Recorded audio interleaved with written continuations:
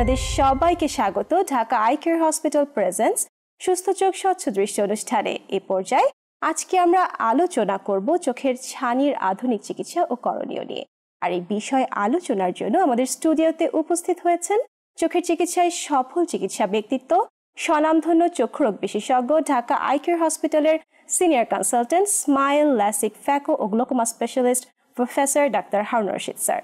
আপনাকে স্বাগত জানাচ্ছি আমাদের আজকের পর্বে। কেমন আছেন? ভালো আছি, তুমি কেমন আছো? আমি খুব ভালো আছি। প্রতি সপ্তাহের মতন এই সপ্তাহেও আসলে আমরা আলোচনা করব চোখের খুবই গুরুত্বপূর্ণ একটি বিষয় নিয়ে। আজকে আমরা আলোচনা করব চোখের ছানির আধুনিক চিকিৎসা এবং করণীয় নিয়ে। এই বিষয়টিতে আসলে বিস্তরভাবে আলোচনার আগে আপনার কাছে জানতে চাইবো যে আসলে চোখের ছানি বলতে আমরা কি বুঝি এবং এর চিকিৎসা কি? একটা মডেল দিয়ে বুঝিয়ে দিই। চোখটাকে আমরা সবসময় ক্যামেরার সাথে তুলনা করে থাকি। ক্যামেরার ভেতরে যেরকম লেন্স থাকে, চোখের ভেতরেও একটি স্বচ্ছ প্রাকৃতিক লেন্স থাকে। এই লেন্সটি ঘোলা হয়ে গেলেই সেটাকে আমরা ছানি বলে থাকি। লেন্সটি যতক্ষণ পরিষ্কার থাকে তার নাম হলো লেন্স। যেই মাত্র এটা ঘোলা হওয়া শুরু হলো তখনই তার নতুন নামকরণ হলো চোখের ছানি। চলো আমরা ছবি দিয়ে বুঝে নেই। লক্ষ্য করো, চোখের স্বচ্ছ প্রাকৃতিক লেন্সটি ঘোলা হয়ে ছানিতে রূপান্তরিত হয়েছে। এর পরের ছবিতে আমরা দেখব ছানির ঔষধে কোনো চিকিৎসা নেই। ছানির একমাত্র চিকিৎসা হচ্ছে চোখের ঘোলা লেন্সটাকে বের করে নিয়ে এসে চোখের ভেতরে একটি কৃত্রিম লেন্স সংযোজন করা। আচ্ছা, তো আসলে কি কি ধরনের ছানি অপারেশন রয়েছে? চলো ছবি দিয়ে দর্শকদেরকে বুঝিয়ে দিই। ছানির প্রচলিত একটি পদ্ধতি রয়েছে যেটাকে আমরা স্মল ইনসিশন ক্যাটারাক্ট সার্জারি বলি। সেখানে ছানিটাকে আস্ত বের করে আনা হয়। 7 থেকে 10 মিলিমিটার জায়গা কাটতে হয়, ইনজেকশন লাগে, ব্যান্ডেজ লাগে, অপারেশনের পরে কালো চশমা পড়তে হয়। এর পরের ছবিতে আমরা দেখব ছানি অপারেশনের সবচেয়ে আধুনিকতম প্রযুক্তি হচ্ছে ফ্যাকো এমালসিফিকেশন। এখানে ছানিকে মেশিনের মাধ্যমে টুকরো টুকরো করে ভেঙে বা গলিয়ে আমরা বের করে নিয়ে আসি ছোট্ট একটা 2 মিলিমিটার ছিদ্রের ভেতর দিয়ে, এবং ওই ছিদ্রের ভেতর দিয়ে আমরা চোখের ভেতরে একটা নরম ভাঁজ করা লেন্স বসিয়ে দিই। ছবিতে লক্ষ্য করছো বাম দিকে Centurion vision with OZil torsional technology from Alcon USA, এবং ডান দিকে লক্ষ্য করছো white star ice signature ellips phaco technology from Johnson and Johnson USA. আসলে বলছিলেন লেন্স বসানোর কথা, তো সঠিকভাবে লেন্সের পাওয়ার নির্ণয় করাটা আসলে কতটা জরুরি অপারেশনের আগে? ভীষণ জরুরি। তুমি জানো যে চশমার যেরকম লেন্স রয়েছে সেটি যদি সঠিক না হয়, একজন মানুষ যেমন ঝাপসা দেখবে, চোখের ভেতরেও যে লেন্সটি আমরা বসাবো সেটির পাওয়ারও যদি সঠিক না হয় একজন মানুষ ঝাপসা দেখবে, এবং সেই জন্যে এর গুরুত্ব অপরিসীম। আমি ছবি দিয়ে বুঝিয়ে দিই। এই লেন্সের পাওয়ার সঠিকভাবে নির্ণয়ের জন্য আমরা সবচেয়ে নির্ভর করি swept source optical biometry IOL master 700-এর উপরে।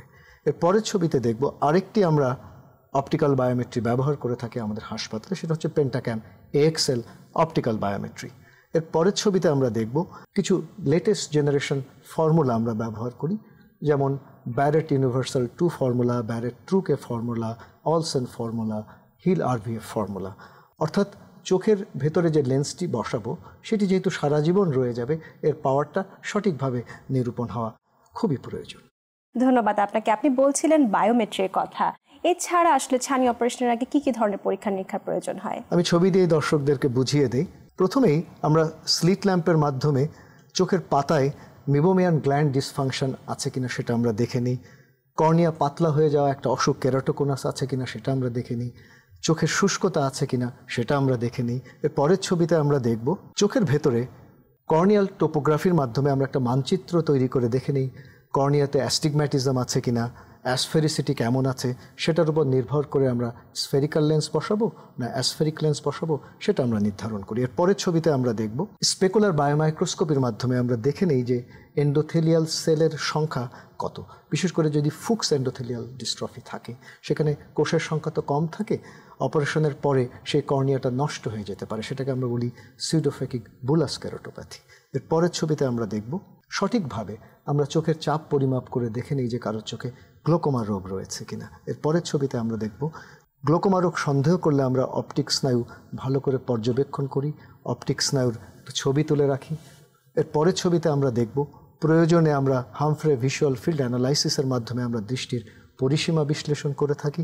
প্রয়োজনে অপটিক্যাল কোহেরেন্স টোমোগ্রাফির মাধ্যমে আমরা অপটিক নার্ভেট বা retinal nerve fibre layer scanning করে থাকি। উন্মুক্ত কোণ বিশিষ্ট এবং বন্ধ কোণ বিশিষ্ট গ্লোকোমার পার্থক্য নির্ধারণে আমরা ওসিটি এবং ইউবিএম প্রযুক্তি ব্যবহার করে থাকি।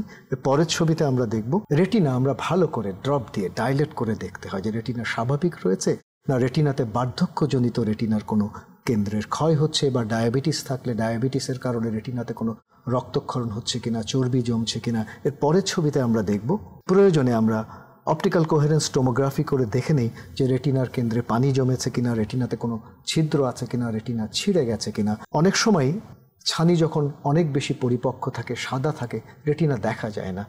সেই ক্ষেত্রে আমরা আল্ট্রাসাউন্ড বি স্ক্যান করে দেখি যে রেটিনাতে কোনো রক্তক্ষরণ হয়েছে কিনা বা রেটিনা ছিঁড়ে গেছে কিনা। অর্থাৎ A to Z ভালো করে পরীক্ষা নিরীক্ষা করেই তারপরে চোখের ছানি অপারেশন করা উচিত। ছানি অপারেশনের ক্ষেত্রে ঢাকা আই কেয়ার হসপিটালে নতুন কি ধরনের প্রযুক্তি সংযোজন হয়েছে? দেখো, ছানি অপারেশনের যে প্রচলিত পদ্ধতি রয়েছে তার অনেকগুলো স্টেপ কিন্তু ম্যানুয়ালি করা হতো। আমি ছবি দিয়েই বুঝিয়ে দিই।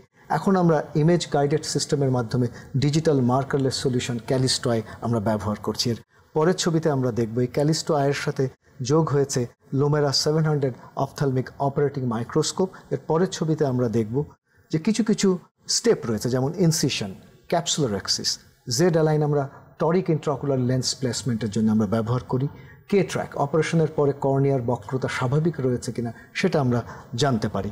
এর পরের ছবিতে আমরা দেখব এই যে IOL master 700, Callisto eye digital markerless solution, Lumera 700 microscope, একটা যন্ত্র থেকে আরেকটা যন্ত্রে তথ্য উপাত্ত Forum eye care data management সিস্টেমের মাধ্যমে খুব সহজে আদান প্রদান করা হয়।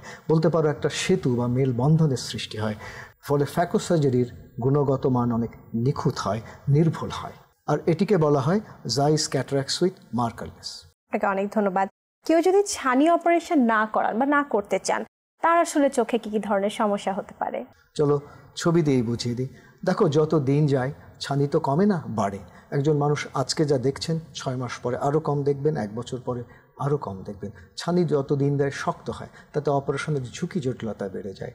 এবং হঠাৎ করে ছানির কারণে চোখের চাপ বেড়ে যায়, তখন এত তীব্র ব্যথা যন্ত্রণা হয়, চোখ লাল হয়ে যায়।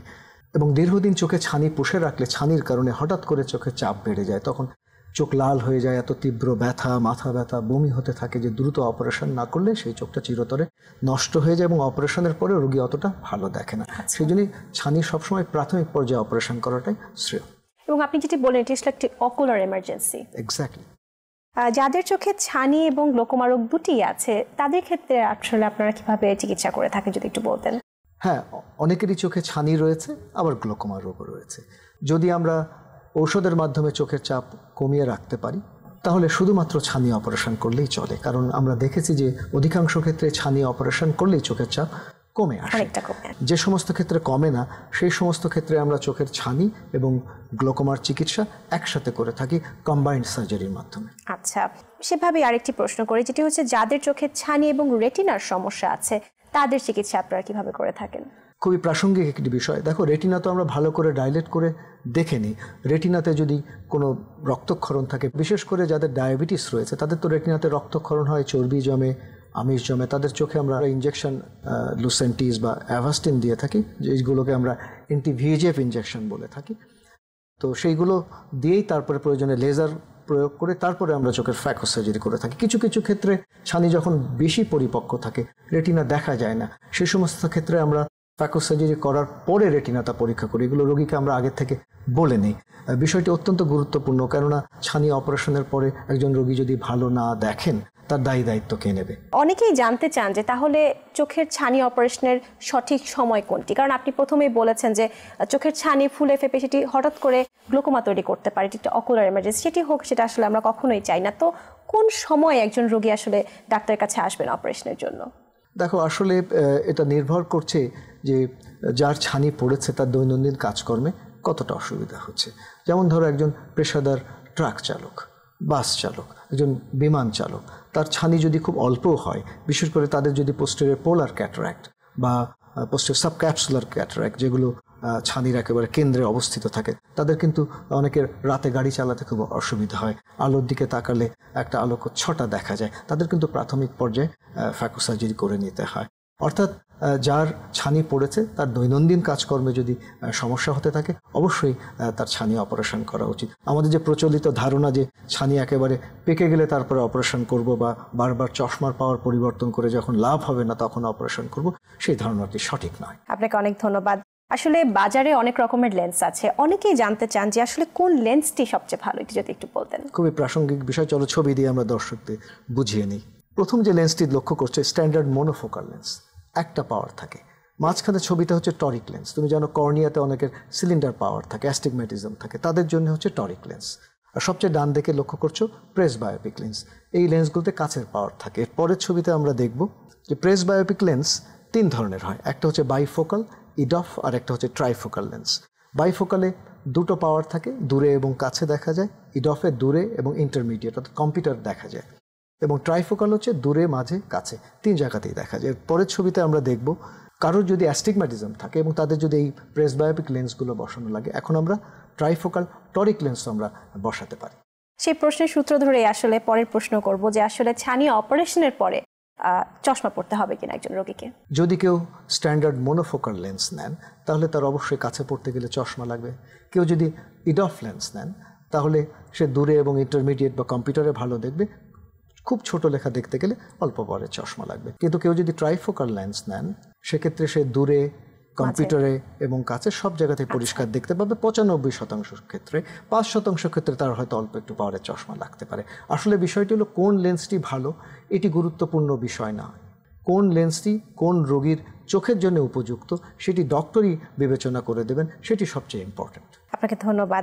অনেকেই কিন্তু প্রশ্ন করে থাকেন যে ছানি অপারেশনের সময় আমি ব্যথা পাবো কিনা, এটি যদি একটু বলতেন। না, আমরা চোখে সবসময় অবশকারী একটা ড্রপ দিয়ে অপারেশন যেহেতু করে থাকি, কোনো রোগীরা কোনো ব্যথা পায় না। অনেকের আরেকটি ভাবনা আছে যে অপারেশন চলাকালীন চোখের পলক পড়বে কিনা, তখন কি হবে, এটি যদি একটু বলতেন। দেখো, অপারেশন চলাকালীন আমরা সবসময় একটা আই স্পেকুলাম নামক ছোট্ট একটা যন্ত্র দিয়ে চোখটাকে ফাঁক করে রাখি এবং রোগী পলক পড়ার কোনো সুযোগ নেই। এবং অপারেশন শেষ হয়ে গেলে আবার আই স্পেকুলামটা খুলে ফেলি।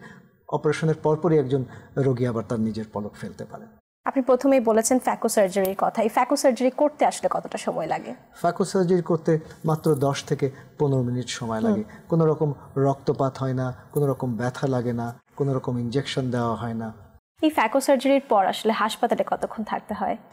দেখো, সব মিলিয়ে 2 থেকে 2.5 ঘন্টা হাসপাতালে অবস্থান করার প্রয়োজন হয়। তবে যাদের চোখে টরিক লেন্স বসানো হয় তাদের অপারেশনের পরে 1 ঘন্টা আমরা চিৎ করে শুয়ে থাকতে বলি, যাতে করে টরিক লেন্সটির কোনো রোটেশন না হয়। কিন্তু শিশুদের ক্ষেত্রে যেহেতু অজ্ঞান করে অপারেশন করা হয়, অজ্ঞান করার 3 ঘন্টা পর্যন্ত হাসপাতালে শিশুকে থাকতে হয়। ফ্যাকো সার্জারি কতদিন পর একজন রোগী আসলে দূরপাল্লা ভ্রমণে যাবেন যদি একটু বলেন? পরের দিনই একজন রোগী দূরপাল্লা ভ্রমণে যেতে পারে। পরদিনই। যারা ঢাকার বাইরে থেকে আসছেন অপারেশনের জন্য, কতদিন আগে আসলে তারা ঢাকায় অবস্থান করবেন? আমরা অপারেশনের একদিন আগেই আসলে চলে। অপারেশনের আগের দিন আমরা চোখের পরীক্ষাগুলো করে ফেলি, পরের দিন আমরা অপারেশন করি এবং অপারেশন করার পরের দিন ফলো আপ করে একজন রোগী দেশে ফিরে যেতে পারে। আচ্ছা, আসলে অপারেশনের পর কালো চশমা পড়তে হয় কিনা, এটি অনেক রোগী প্রশ্ন করে থাকেন, যদি একটু বলতেন। না, অপারেশনের পরে কোনো কালো চশমা পরা লাগে না।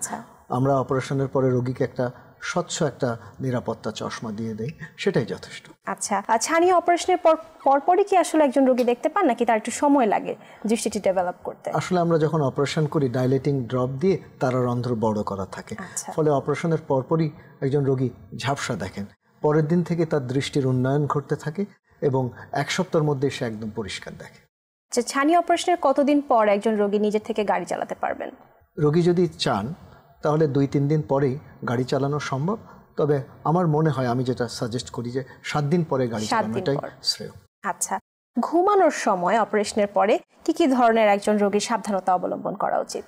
দেখো, রোগী ঘুমানোর সময় আমরা একটা প্রোটেক্টিভ আই শিল্ড দিয়ে দিই, ফলে ঘুমানোর সময় চোখে হাত লাগার কোনো সম্ভাবনা থাকে না বা রোগী বিছানা থেকে পড়ে গেলেও চোখ আঘাতমুক্ত থাকে। আচ্ছা, অপারেশনের পর টেলিভিশন কতদিন পর দেখা যাবে? সেটা অপারেশনের দিন থেকেই দেখা সম্ভব। এমনকি কম্পিউটার বা মোবাইল ফোনও ব্যবহার করা যেতে পারে। বাট অপারেশনের পরে যেহেতু একটু শুষ্কতা বেড়ে যায়, সেই জন্য একটু পলক ফেলে নেওয়া উচিত। প্রয়োজনে আর্টিফিশিয়াল টিয়ার ড্রপটা একটু বেশি দেওয়া উচিত। আমরা প্রত্যেক রোগীকে অপারেশনের পরে আর্টিফিশিয়াল টিয়ার ড্রপ দিয়ে দিই। আচ্ছা, সাধারণত কতদিন পরে চোখে পানি লাগানো যাবে বা গোসল করা যাবে যদি একটু বলতেন? সাধারণত 7 দিন পরেই চোখে পানি দেওয়া, গোসল করা সম্ভব। বাইরের পানিতে তো রোগ জীবাণু থাকে, চোখে একটা সংক্রমণের ঝুঁকি থাকে। 7 দিন যথেষ্ট। অনেকেরই আসলে প্রশ্ন থাকে যে ছানি অপারেশনের পর আবারও ছানি পড়বে কিনা, এটি যদি একটু বলতেন। না, দেখো ছানি একবারই পড়ে এবং চোখের লেন্স একবারই বসাতে হয়। তবে কারো কারো লেন্সের পেছনে একটু ময়লা জমতে পারে 10% ক্ষেত্রে। চলো ছবি দিয়ে বুঝিয়ে দিই। এটাকে বলে পোস্টেরিয়র ক্যাপসুলার ওপ্যাসিটি। এয়ার গ্লেজারের মাধ্যমে এই ময়লাটাকে আমরা পরিষ্কার করে দিতে পারি। 2 থেকে 3 মিনিট সময় লাগে। আচ্ছা, ছানি অপারেশনের আগে যদি কারো চোখে শুষ্কতা থেকে থাকে তাদের ক্ষেত্রে আসলে আপনারা কি করে থাকেন? আমি ছবি দিয়েই বুঝিয়ে দিই। কারো যদি শুষ্কতা থাকে আমরা শুষ্কতা পরিমাপ করি, টিয়ার মেনিসকাস, টিয়ার ব্রেকআপ টাইম এবং শার্মার টেস্ট করে এর পরের ছবিতে আমরা দেখব। সবচেয়ে লেটেস্ট পরীক্ষা আমরা করে থাকি লিপিভিউ 2 ড্রাই আই ডায়াগনস্টিক সিস্টেমের মাধ্যমে। ড্রাই আই যদি মৃদু হয় তাহলে আমরা আর্টিফিশিয়াল টিয়ার বা কৃত্রিম চোখের অশ্রু ড্রপ আকারে দিয়ে দিই। এর পরের ছবিতে আমরা দেখব শুষ্কতা যদি অতিমাত্রায় হয় এবং মেবোমিয়ান গ্ল্যান্ড ডিসফাংশন থাকে তাহলে আমরা লিপিফ্লো চিকিৎসা করে থাকি। অনেক রোগী প্রশ্ন করে থাকেন যে অপারেশনের পরেই কি আমি স্বাভাবিক খাবার দাবার খেতে পারবো কিনা, এটি যদি একটু বলতেন। অবশ্যই স্বাভাবিক খাবার দাবার খেতে পারবেন, তবে কারো যদি ডায়াবেটিস, উচ্চ রক্তচাপ, হার্টের কোনো সমস্যা, কিডনির জটিলতা থাকে তাহলে চিকিৎসকের পরামর্শ অনুযায়ী খাবার গ্রহণ করা উচিত। অনেক রোগীর আসলে প্রশ্ন থাকে যে অপারেশনের জন্য কতদিন আমি ছুটি নেব, তো আসলে অপারেশনের পর একজন রোগী অফিস কবে থেকে শুরু করতে পারবেন এটি যদি বলতেন। একজন রোগী চাইলে অফিস 2-3 দিন পরেই করতে পারেন, আচ্ছা। তবে সবচেয়ে ভালো হয় 7 দিন পরে করা। আসলে বাইরে গেলে ধুলোবালি, বাতাস বা যে কোনো সড়ক দুর্ঘটনার ঝুঁকি থাকে, সেজন্য আমার মনে হয় 7 দিন বাসায় অবস্থান করে চোখে ড্রপ ঠিক মতো দিয়ে 7 দিন পরে অফিসে যাওয়াটা শ্রেয়। অন্যান্য শারীরিক জটিলতা যাদের আছেন সেগুলোর কারণে যারা ঔষধ সেবন করেন তারা কি সব ঔষধ চালিয়ে যেতে পারবেন কি? হ্যাঁ, অনেকেরই তো উচ্চ রক্তচাপ, ডায়াবেটিস, হার্টের সমস্যা, কিডনির জটিলতা রয়েছে। তারা অবশ্যই চিকিৎসকের পরামর্শ অনুযায়ী যে সমস্ত ওষুধ তারা চালাচ্ছেন সেগুলো চালিয়ে যাবে। আচ্ছা, অনেকেই আছেন কিন্তু যারা নিয়মিত এক্সারসাইজ বা ব্যায়াম করে থাকেন তারা কবে থেকে শুরু করতে পারবেন? হ্যাঁ, হালকা ব্যায়াম তো 7 দিন পরে করা যেতেই পারে। তবে ভারী ব্যায়াম যেমন ধরো দৌড়ানো বা জগিং করা, এগুলো 2 সপ্তাহ পরে করা সম্ভব। তবে সাঁতার কাটা আমার মনে হয় 1 মাস পরে করাটা ভালো। মেয়েরা অনেকেই আছে যারা আসলে মেকআপ, মাস্কারা বা ফেসিয়াল করতে পছন্দ করে, তারা আসলে ফ্যাকো সার্জারি কতদিন পরে এটি শুরু করতে পারবে? এটা ফ্যাকো সার্জারির 7 দিন পরেই মাস্কারা, মেকআপ এগুলো করা সম্ভব। তবে ফেসিয়ালের কথা যেটা বললে আমার মনে হয় সেটা 2 সপ্তাহ পরে করাটাই ভালো, এবং ফেসিয়াল করার সময় খেয়াল রাখতে হবে চোখে যেন কোনো আঘাত না লাগে। আচ্ছা, এই যে আপনি ড্রপের কথা বলছিলেন, এই ড্রপ আসলে কতদিন চালিয়ে যেতে হবে? দেখো, অপারেশনের পরপরই আমরা রোগীকে একটা ডিসচার্জ সার্টিফিকেট বা ছাড়পত্র দিয়ে দিই, এবং আমাদের কাউন্সেলররা কিভাবে ড্রপ দিতে হবে, কতদিন দিতে হবে, কখন কখন দিতে হবে ভালো করে রোগীদেরকে বুঝিয়ে দেয়। কখনো যদি চোখ লাল হয়ে যায়, হঠাৎ করে চোখে অস্বস্তি হয়, দৃষ্টি ঝাপসা হয়ে আসে, তখন সঙ্গে সঙ্গে টেলিফোনে বা সরাসরি চিকিৎসকের পরামর্শ নিতে হয়। ফ্যাকো সার্জারির পর আসলে কতদিন একজন রোগীকে ফলো আপে থাকতে হবে? আমরা তো পরের দিনই রোগীকে একবার দেখি, এরপরে 7 দিন পরে, 1 মাস পরে, 3 মাস পরে, 6 মাস পরে, এবং এরপর থেকে প্রতি বছর একবার আমরা দেখি। আচ্ছা, যেসব রোগীদের আসলে ল্যাসিক বা স্মাইল অপারেশন করছেন আপনারা, তাদের ক্ষেত্রে কি আসলে ছানি অপারেশন করা সম্ভব? দেখো, স্মাইল বা ল্যাসিকের কারণে চোখে ছানি পড়ে না। আজকে যাদের বয়সে তরুণ, এদের তো বয়স হলে ছানি পড়বে, কিন্তু এই সমস্ত ক্ষেত্রে সবচেয়ে গুরুত্বপূর্ণ হচ্ছে সঠিক পাওয়ারের লেন্সের পাওয়ার নিয়ে। আমরা এই ব্যাপারে আলাপ করেছি। সেক্ষেত্রে ব্যারেট রুকে টিকে ফর্মুলা ব্যবহার করে সাধারণত চোখে এদের মনোফোকাল লেন্স বসানো হয়। অনেকেরই আমি মনোফোকাল লেন্স বসিয়েছি, এমনকি ইডফ এবং ট্রাইফোকাল লেন্সও বসানো সম্ভব, এবং আমি বসিয়েছি এবং তারা সবাই ভালো। চোখে যে লেন্সটি আসলে আপনারা বসিয়ে দিচ্ছেন, এই লেন্সটির কি আসলে আর বদলানোর কোনো প্রয়োজনীয়তা আছে কিনা? না, এই লেন্সটি আর কখনোই বদলানোর প্রয়োজন হয় না। এটি সারা জীবন চোখের চির সাথী হয়ে থাকে। তবে কখনো কখনো যদি সঠিক পাওয়ারের লেন্স না বসানো হয়, বা লেন্স বসানোর পরে যদি চোখের চাপ বেড়ে যায় বা চোখে জটিল প্রদাহ হয়, তাহলে কিছু কিছু ক্ষেত্রে যদিও কদাচিৎ লেন্সটি প্রতিস্থাপন করবার প্রয়োজন হয়। আপনাকে অসংখ্য ধন্যবাদ। চোখের ছানির আধুনিক চিকিৎসা এবং করণীয় নিয়ে আপনার কাছ থেকে অনেকগুলো তথ্য আজকে আমরা শুনেছি। আপনাকে অনেক ধন্যবাদ আমাদেরকে সময় দেওয়ার জন্য। তোমাকেও ধন্যবাদ, আরটিভির সকল দর্শক এবং আরটিভিকেও ধন্যবাদ। দর্শক, জীবন সুন্দর, বেঁচে থাকা তার চেয়ে অধিকতর সুন্দর, আর তারও চেয়ে গুরুত্বপূর্ণ সুস্থ সবল সুদৃষ্টিময় জীবনযাপন। এখন একটুখানি সচেতন হলেই আমরা আমাদের কাঙ্ক্ষিত জীবনকে, চোখের সুদৃষ্টিকে উপভোগ করতে পারি পুরোদমে। ভালো রাখতে পারি নিজেকে, পরিবারকে, দেশকে ও জাতিকে। আমাদের আজকের অতিথি অধ্যাপক ডাক্তার হারুন রশিদ স্যারের মতো অভিজ্ঞ চিকিৎসকগণ এই পথ চলায় আমাদের সব সময় সঙ্গী। আপনাদের সবার জন্য সুস্থ সুন্দর সতেজ জীবনের প্রত্যাশায় আজ বিদায় নেব। সবার জন্য শুভকামনা।